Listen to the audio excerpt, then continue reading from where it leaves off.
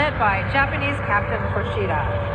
The unprovoked surprise attack was so complete that the coded success signal Tora, Tora, Tora was sent back to the carrier task force before the first bombs fell.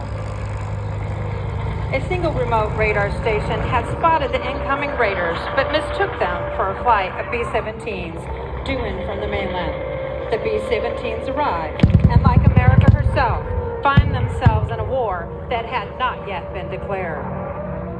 The attack was from the Japanese aircraft carriers Akagi, Akaga, Hiru, Soru, and the two new carriers, the Shofuku and the Suikuku. The plan was simple: destroy the Pacific Fleet. The raid lasted for a little over 2 horrific and gruesome hours. Yes, you have a front row seat in the Pacific Theater as the story of the attack on Pearl Harbor unfolds right in front of you. When the first bombs began to fall, pilots all over the island jumped into action. At Wheeler Field, Lieutenant Philip Rasmussen woke to the sound of bombs, jumping out of bed, strapping on a .45 caliber pistol over his purple pajamas, and ran to a working Curtiss P-36 Hawk. He was joined by 4 P-36 pilots, Lewis Sanders, Harry Brown, Gordon Sterling, and Malcolm Mike Moore. They took off to engage the attacking Japanese and managed to shoot down a few of their Zeros, Vals, and Kates. The enemy number of aircraft were incredibly overwhelming. Meanwhile, elsewhere on the island, Kenneth Taylor and George Welsh were just returning from an all-night dinner, dance, and poker party. These brave pilots, still in their formal dress clothes, raced to a couple of B-40s, got them fueled and armed, and took off. They quickly found themselves in the middle of a real battle. These 2 pilots caught up with the Japanese close to Pearl Harbor and Hickam Field and engaged the Zeros, Vals, and Kates with rounds from their .30 caliber machine guns. However, they quickly ran out of ammunition. Luckily, they were able to land at Wheeler Field, which is near the center of the island. They refueled and reloaded with .30 and .50 caliber ammo and took off once again to fight the Japanese. The 2 pilots are credited with downing a total of 6 Japanese warplanes before their own planes were disabled. Both pilots received a Distinguished Service Cross for their actions that infamous day. A total of 502 U.S. planes were on the ground at the beginning of the attack. Sadly, 188 were totally destroyed, 159 damaged, and 155 aircraft lay on the ground in various stages of disrepair. Right in front of you, show center, is our P-36 Hawk. The first wave of 189 Japanese Zeros, Vals, and Kates hammered Hawaii for almost an hour. Then came the second wave of an additional 171 aircraft to continue the strafing, bombing, and dropping of torpedoes for yet another 70 minutes. Yes, that's a total of 360 enemy warplanes.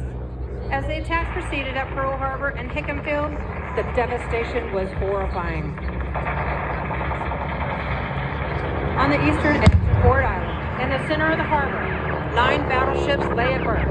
The California, Oklahoma, West Virginia, Tennessee, Maryland, Nevada, Pennsylvania, Utah, and the Arizona. Luckily at the time, our 3 Pacific aircraft carriers were out at sea. First, the Japanese hit with Kate torpedo bombers. The initial wave of Kates hit 5 of our battleships: the Oklahoma, California, Nevada, West Virginia, and the Utah.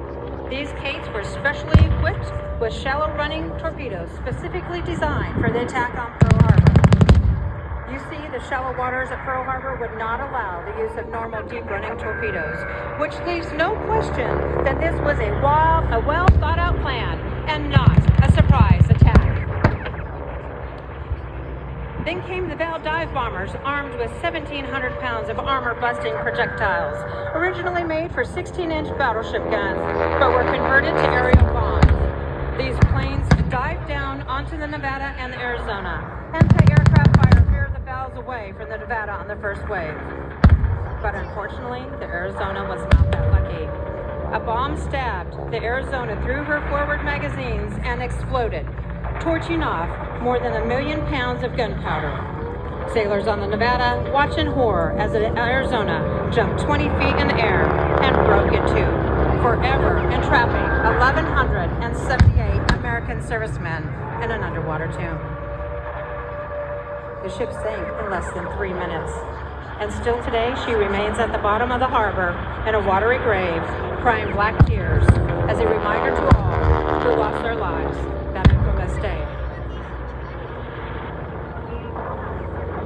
Torah, Torah, Torah. Imagine that you were there that day. At Marine Corps Air Station Iwa, Private First Class Melvin Thompson was on guard duty when 9 Zeros attacked the base. He stepped out of his guard shack, drew his .45 caliber pistol, and began firing on the enemy planes. A Japanese pilot, Yoshio Shiga, saw Thompson firing back at them. Years later, he remembered Thompson's tenacity and fighting spirit, describing the lone Marine as the bravest American I've ever seen.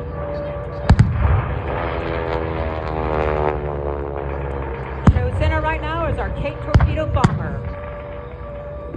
All over the island, our soldiers were bringing their weapons to bear and fight, anything they could get working.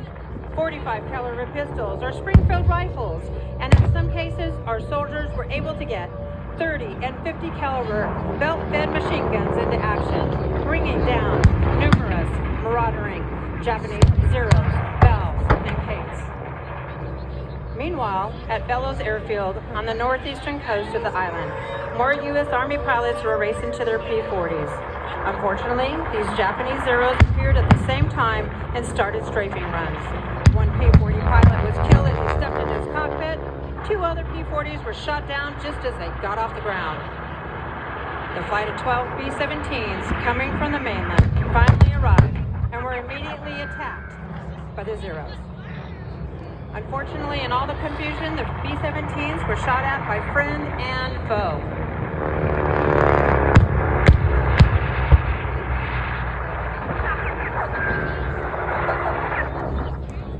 The frightened crews landed wherever they could, one of them in a pineapple field not far from Hickam Field. A B-17 pilot, Major Landon, trying to land, said what a hell of a way to enter a war, out of gas, unarmed, and no place to land. Amazingly though, 8 of the B-17s actually made it to Hickam Field.